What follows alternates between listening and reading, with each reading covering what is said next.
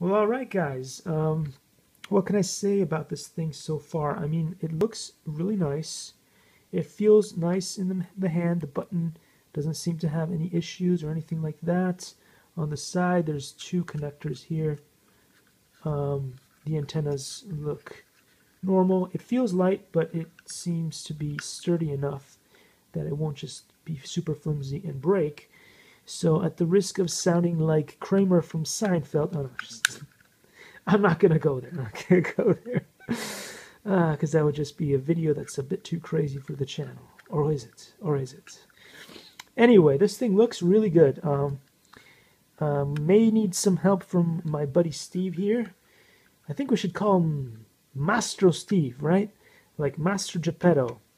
I think that's manlier and better than Stevie Wonderbots. What do you guys think? Drop it in the comments. Anyway, this thing looks cool, and I'll see you all in the next one. Take care. Likey.